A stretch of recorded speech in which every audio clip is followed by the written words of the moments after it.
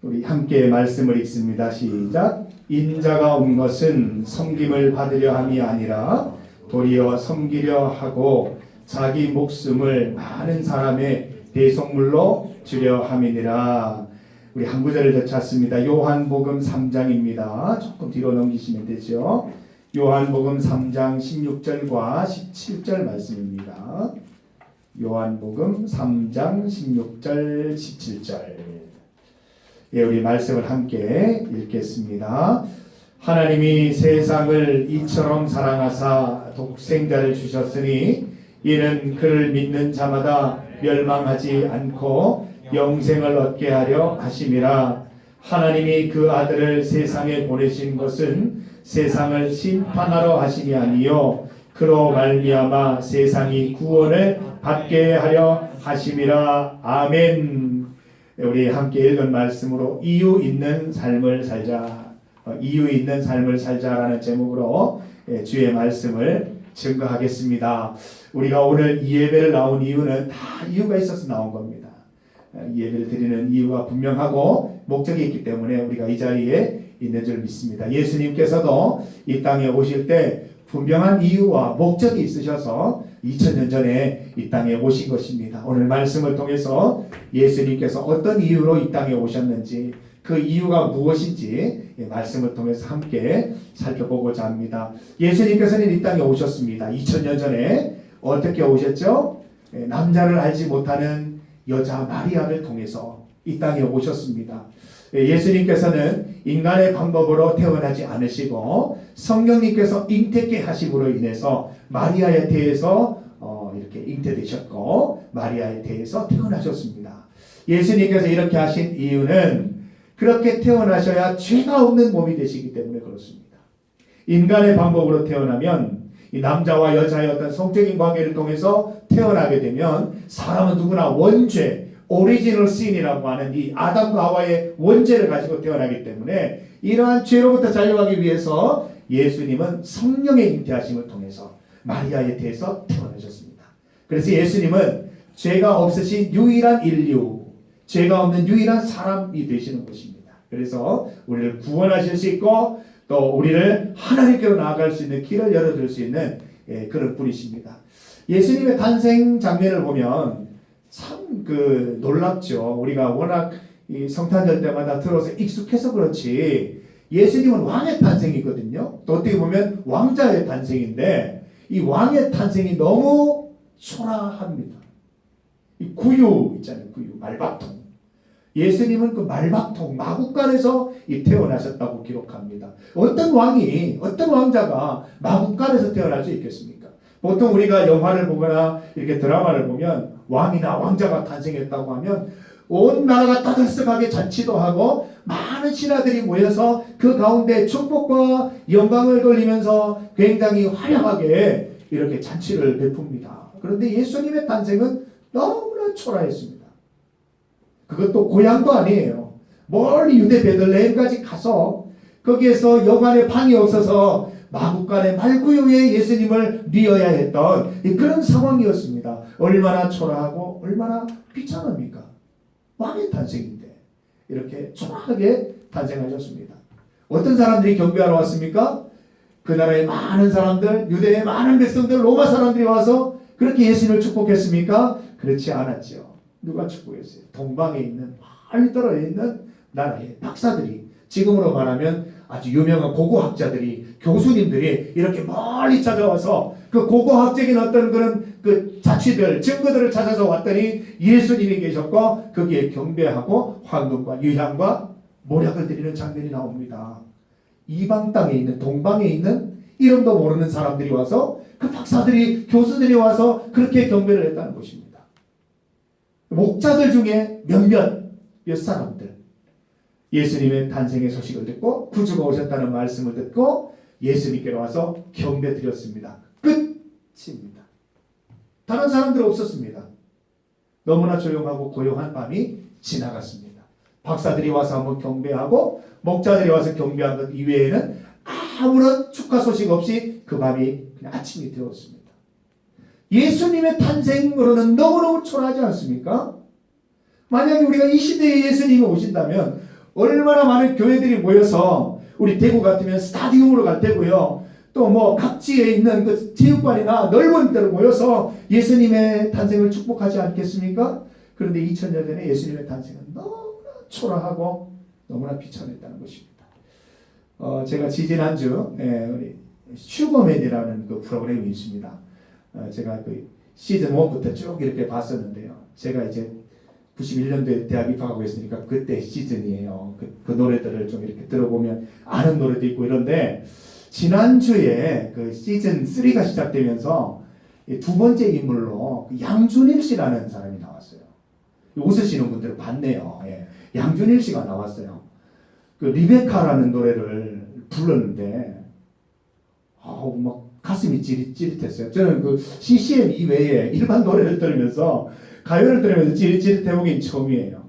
그 뭐 가사가 대단하거나 뭐 그런 게 아니라 이 노래에 담는 노래에 마치 혼을 담는 듯한 그분의 몸짓과 그 몰두 열정적인 그 모습들을 보면서 제가 굉장히 감동을 받았습니다. 일주일 동안 찬양도 듣지만 리베카를 제가 몇 번 들었는지 몰라요. 계속 돌려듣고 판타지 막 듣고 이랬었는데요. 그분이 30년 전에 1991년 제가 이제 대학 입학할 때 이제 데뷔를 하셨다고 해요. 리베카라는 곡으로 데뷔를 했는데 지금 봐도 손색이 없는 가사, 또 리듬, 그리고 춤. 지금 이제 사실 오히려 탑골공원 무슨 탑골공원? 네, 우리 탑골공원 온라인 탑골공원입니까? 그걸 통해서 다시 이렇게 부각되면서 이제 소환한 거예요. 제발 좀 나와달라고 어디서 뭘 하시는지 만나고 싶다 해서 팬들의 어떤 열광적인 어떤 그 요청에 인해서 양준일 씨가 나오게 된 거예요. 지금은 미국의 한 지역에서 이렇게 음식 서빙을 하고 계신다는데 30년 전에 이렇게 노래한 것들이 지금 이제 뜨고 있습니다. 그때 얘기를 들어보면 너무 시대를 앞서가서 그랬는지 그 당시에는 인정을 받지 못했던 노래였고 많은 사람들이 외면했고 몇몇 아주 그 독특한 그런 어떤 팬 그룹만 구성하고 있던 그 당시에 인기를 누리지 못했던 가수였습니다. 그런데 30년이 지나고 이제서야 다시 조명받고 또 이렇게 노래가 뜨는 그런 일들이 생겨나고 있습니다. 그 팬들의 많은 어떤 댓글 중에서 이런 댓글이 있었어요. 얼마나 급했으면 30년 먼저 태어나서 그렇게 고생을 했냐고. 이런 그 팬의 댓글이 있었습니다. 예수님도 마찬가지입니다. 얼마나 급하셨으면 2000년 전에 먼저 태어나셔서 탄생의 소식도 축가받지도 못하시고 그렇게 비참한 시간들을 보내셨을까. 예수님의 공생의 3년뿐만 아니라 30년 동안 살아가시면서도 거의 무명에 가까운 삶을 사셨어요. 아무도 예수님을 몰랐어요. 예수님을 발견하지도 못했고 예수님의 어떤 신성에 대해서 눈치챈 사람도 없고 공생의 3년조차도 많은 사람들이 예수님의 존재조차도 모르고 얼마나 대단한 분인지 그 복음이 얼마나 굉장한 것인지 알지도 못하고 지나쳐 버렸습니다. 아무리 좋은 것이라도 맛보아야 느껴야 되는 것인데 그걸 조차도 싫어하고 그것조차도 외면하는 그런 분위기였기 때문에 예수님이 그러니까 신이 이 땅에 왔음에도 하나님 말씀이 증거되지 않는 그런 놀라운 일들이 이 땅에 있었습니다. 우리는 예수님께서 다시 오실 재림을 또 기다리는 사람들입니다. 우리가 하나님 말씀 열심히 보고 또 그 가운데 계시는 예수님을 우리가 순간순간 만나지 못하면 당장에 예수님이 오셔도 우리가 못 알아볼 수도 있어요. 참 두렵죠. 예수님 우리가 알아보기 쉽게 그렇게 오실까요? 그렇지 않을 수도 있다는 거예요. 그 예수님을 못 알아볼 수도 있는 거예요. 우리가 계속해서 말씀을 묵상하고 말씀을 듣고 읽고 이렇게 하지 않으면 우리가 예수님을 보아도 알아채지 못하는 일들이 생겨날 수도 있습니다. 예수님께서는 2000년 전에 이 땅에 오셨습니다. 복음을 전하고 구원을 선포하고 생명을 주기 위해서 이 땅에 오셨습니다. 지금 예수님의 메시지를 보아도 전혀 시대에 떨어지지 않는 시대에 부합되는 지금 이 시대에도 여전히 우리가 이 예수님의 말씀을 들으면 감동이 있고 공감이 되고 말씀 가운데 생명력이 생겨나는 지금도 유효한 말씀 2000년 전에 전하셨어요. 시대가 너무 앞서서 그랬는지 사람들이 눈치를 못 챘는지 그 당시에는 그다지 인기가 없는 복음이었습니다. 그러나 지금 우리는 이 복음 때문에 열광하는 사람도 생겨나고 복음 때문에 감동받고 환호하는 사람들도 생겨났습니다. 여러분 이 말씀의 본질을 잊지 말고 우리 주님 다시 오실 때 반드시 주님을 우리가 다 목격할 수 있게 되기를 바라고 주님을 기쁨으로 환영하고 맞이할 수 있게 되기를 바랍니다. 예수님께서 이 땅에 오신 이유 이 분명히 있잖아요. 우리가 왜 생일 때마다 이 케이크를 크면 친구들, 친한 친구들은 그렇게 노래를 불러주죠. 왜 태어났니? 왜 태어났니? 얼굴도 못생긴 게 왜 태어났니? 이러면서 막 이렇게 친구들이 축복을 가장한 굉장히 힘든 얘기를 이렇게 축복해 주는 경우가 있어요. 여러분, 그런데 왜 태어났습니까? 이게 분명히 중요하거든요. 어느 날 갑자기 내가 왜 태어났는지를 모르면 다 이렇게 허무해집니다. 다니던 직장도 재미가 없어지고 또 만나는 친구도 재미가 없어지고 재미있게 하는 게임도 재미가 없어지고 의미가 있어야 돼요. 이유가 있어야 돼요. 내가 여기 태어난 이유가 분명해야 돼요. 내가 지금 어디에 가는 목적이 분명해야 되고 교회 오는 목적이 분명해야 되고 친구를 만나는 이유도 분명히 있어야 되고 내가 이 땅에 있는 이유가 분명해야 하루하루 생동감 있게 살아갈 수 있는 것입니다. 예수님께서는 무엇 때문에 오셨다고 했습니까? 마가복음 10장 45절 인자가 이 땅에 온 것은 섬김을 받으려 함이 아니라 섬기려 하고 섬기는 게 예수님의 목적이셨습니다. 오늘 찬양에도 보니까 예수님처럼 살자고 했는데 우리가 예수님처럼 살려면 섬기는 사람이 돼야 된다. 섬기는 사람. 섬김의 최고조가 뭡니까? 대속물. 네 대신 죽는 거예요.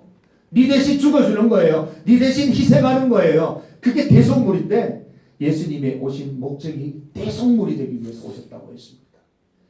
사랑하는 우리 청년 여러분, 누군가를 위해서 희생해 보십시다. 그 속에 예수님을 만날 수 있습니다. 누군가를 섬겨봅시다. 그 속에 예수님을 만날 수 있는 은혜가 있고 예수님이 이 땅에 오신 목적이 그것이다 라고 말씀해 주셨습니다.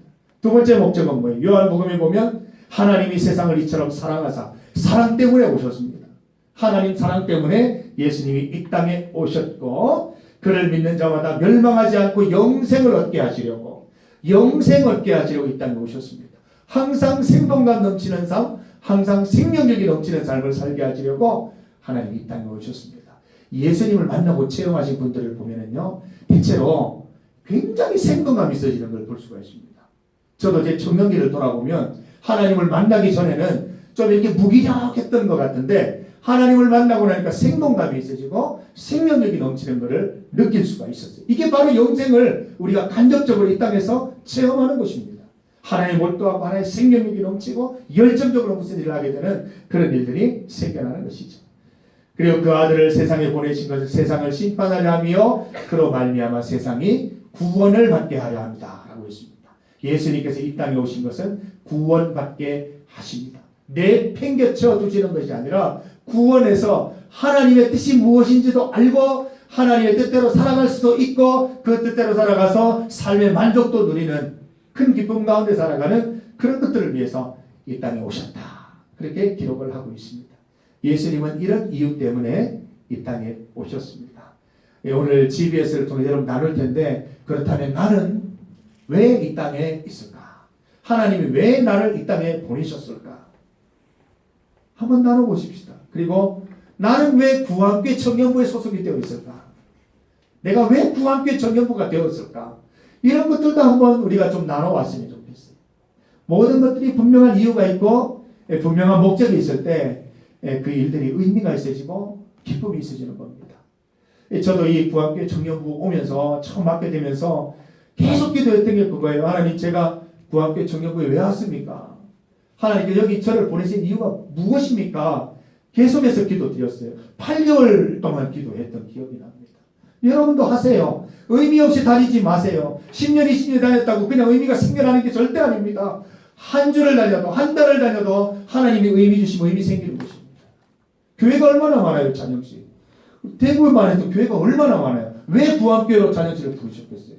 분명히 아셔야 되는 거예요. 오늘 수료하는데 좀 이따 축하할 텐데 수료했다고 의미가 생기는 거 아닙니다. 내가 왜 이 교회에 오게 됐는지 하나님께 분명한 이유를 구하시기를 바랍니다. 저는 하나님께 구했더니 이 구한 청년부는 형식적으로는 참 잘 되어 있는데 내용적인 부분을 좀 채워줄 수 있겠니? 네가 그것을 담당해라 해서 계속해서 이렇게 내용적인 부분 우리 리더들과 함께 고민하고 있습니다. 내년에 리더회에 좀 뭔가 변화가 좀 있을 것 같은데 뭐 안타까워하는 분도 있고 또 환영하는 분도 있고 그렇습니다.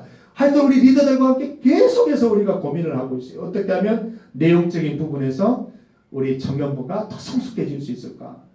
지금 이제 내년에 처음으로 지금 오픈하는 우리 성경 공부가 철로의 역정이 우리 책 읽으면서 천국으로 향하는 하나님의 나라로 향하는 그 길을 우리가 살펴보면서 말씀을 볼 거예요. 우리가 이렇게 고민하고 있습니다. 내용을 심어주기 위해서. 그래서 저는 그 이유가 분명하기 때문에 순간순간 어떻게 하면 우리 청년부의 내용을 심어줄까? 신앙의 내용을 좀 제공해 줄까? 그렇게 고민하게 되었다는 것입니다. 사랑하는 청년 여러분, 연말입니다. 또 새해가 다가옵니다. 구암 청년부에 여러분이 속해 있는 이유를 분명히 하시기를 바랍니다. 내가 왜 여기 있는지, 하나님 나를 왜 여기 보내셨는지, 나를 왜 리더로, 임원으로, 또 나를 이렇게 특별한 사역으로 부르셨는지 분명한 이유와 목적을 깨닫고 사역하시기 바랍니다. 예수님은 3년 동안 공생의 사역 가운데 한 번도 후회하시거나 내가 왜 이 일을 하게 됐는가 이렇게 허무한 그런 말씀을 하신 적이 없어요. 항상 시간이 부족했던 분 아닙니까? 참이 부족했던 분이고 시간이 부족했던 분이고 그렇게 살아가셨습니다. 우리가 예수님을 믿는 청년들이라면 시간이 부족해야 됩니다. 잠이 부족해야 됩니다. 하나님이 내게 주신 이 이유와 목적을 달성하기 위해서 순간순간 막 잠이 부족하고 시간이 부족하도록 정말 열심으로 살아가고 최선을 다해 살아가는 것이 우리의 모습이라고 생각합니다. 오늘 예수님께서 오신 목적도 분명히 기억하시고 하나님께서 여러분을 이곳에 보내신 목적도 분명히 깨달으셔서 매주 우리 교회 오는 것이 기쁨이 되었으면 좋겠습니다. 여러분 중에 한 명이라도 교회 오는 것이 의무나 짐스러운 일이 되지 않았으면 좋겠습니다. 우리가 평생도록 해야 할 일인데 매주일마다 짐스럽게 교회를 온다면 얼마나 고통스러운 일이 됩니까? 이 신앙생활은 즐거운 일이거든요. 그래서 저부터 우리가 정말 가볍게 즐겁게 이곳에 와서 예배드리고 그 의미들을 분명히 하고 예배 자체가 우리에게 기쁨이 되는 그 은혜를 누리는 우리 부암 청년부가 다 되시기를 주님의 이름으로 축복합니다. 함께 기도드리겠습니다. 하나님 감사합니다. 하나님의 은혜로 우리 구암 공동체, 청년부 공동체를 한자리에 모아주시니 감사합니다. 우리가 이렇게 모여서 예배드리는 것 하나님이 오래전에 계획하시고 우리가 모여서 주님의 이름을 높일 때 성령님 임재하셔서 우리의 할 일을 떠오르게 하실 줄 믿습니다. 우리 각자가 하나님 주신 이유와 목적을 따라서 우리 구암 청년부를 섬기고 교회를 섬기고 또 세상에 나아가 하나님께 주신 사명 잘 감당할 수 있도록 인도하여 주셔서 매일매일 어쩔 수 없이 살아가는 하루하루들이 아니라 하나님 주시는 기대와 목적으로 흥분과 기대와 소망의 삶을 살아갈 수 있도록 주님 인도하여 주옵소서. 예수님의 이름으로 기도드립니다. 아멘. 찬송가 119장입니다. 4절이죠. 옛날 임금 다윗성에 함께 찬송드리면서 예물 드리겠습니다.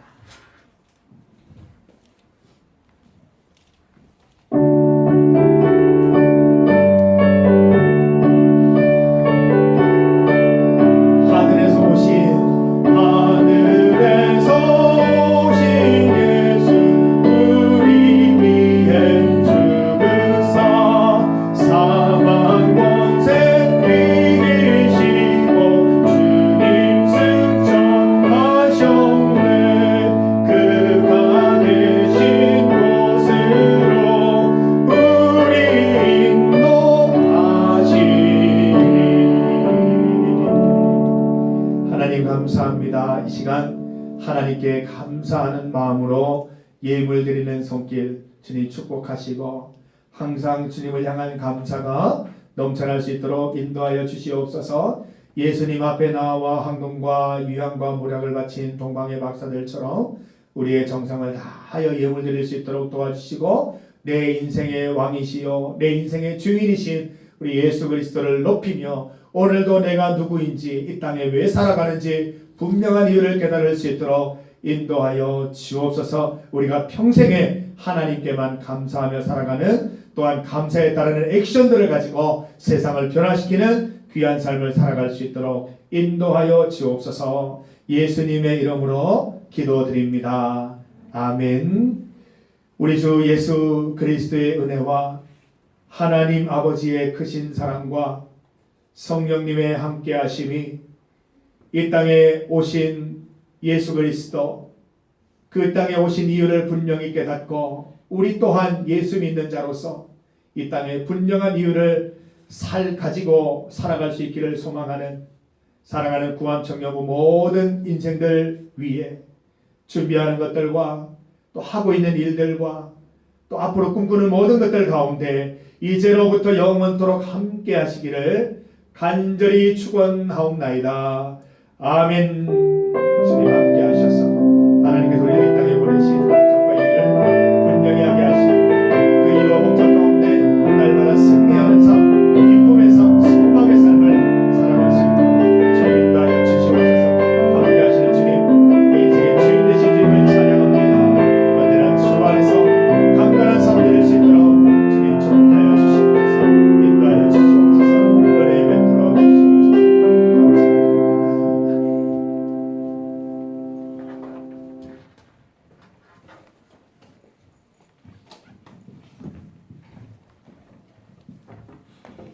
12월 끝 예배 오신 여러분을 사랑하고 축복합니다. 예배 시간은 오후 1시입니다. 12월 예배면은 계속해서 리더들입니다. 매주 토요일 오후 5시 아동무실에서 토요 기도회가 있습니다. 오늘 최찬영 전 형제 등반식이 지금 있습니다. 리더장님 나오셔서 오늘 수료. 찬영. 네, 찬영 씨 나오세요. 네. 오시고 우리 찬영 씨 리더 누굽니까? 네, 리더도 좀 나오시고. 찬영.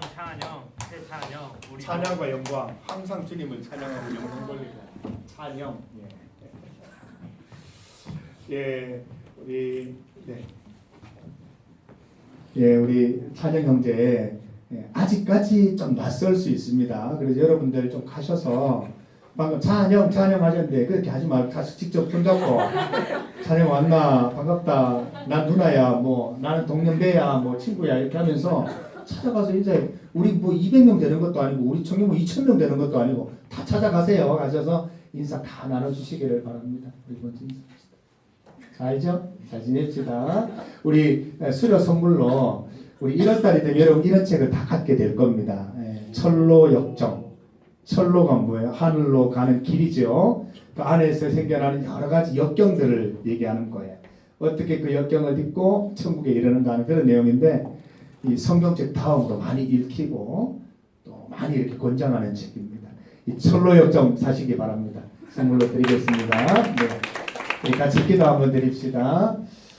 하나님 감사합니다. 우리 사랑하는 최창영 형제 하나님께서 인도하셔서 우리 교회 또 청년부에 등록해 하시고 또 새가족 교육 잘 수료하고 또 이제 조에서 또 열심히 또 하나님을 향해 나아가게 됩니다. 하나님께서 함께 해주시고 이 구암교회 온 이유를 분명히 하게 하셔서 날마다 예배드리는 가운데 그 이유와 목적을 알아서 하나님을 찬양드리는 삶을 살아갈 수 있도록 인도하여 주시옵소서. 또 근무하는 직장과 또 생각하는 모든 것들 하고 있는 일들 가운데 은혜 베푸셔서 건강한 청춘 살아갈 수 있도록 인도하여 주옵소서. 우리 리더로 수고하게 될 우리 이진식 형제도 함께 하셔서 잘 신앙 가운데 하나 될 수 있는 은혜도 베풀어 주옵소서. 예수님의 이름으로 기도드립니다. 아멘. 우리 다시 한번 크게 박수 한번 해주시고 꼭 찾아가셔서 인사 나누시기 바랍니다. 감사합니다. 네, 그리고 오늘도 조모임 후에 2시 50분까지 오셔서 성탄절 연습이 있습니다. 그리고 저희가 12월 29일 주일 아니면 31일 화요일 둘 중에서 신입생 환영회를 하려고 하는데 프로그램 중에서 선물 교환식이 있어요. 그래서 5,000원 이하의 선물을 준비하시면 됩니다. 네, 조모임 하러 가시면 됩니다.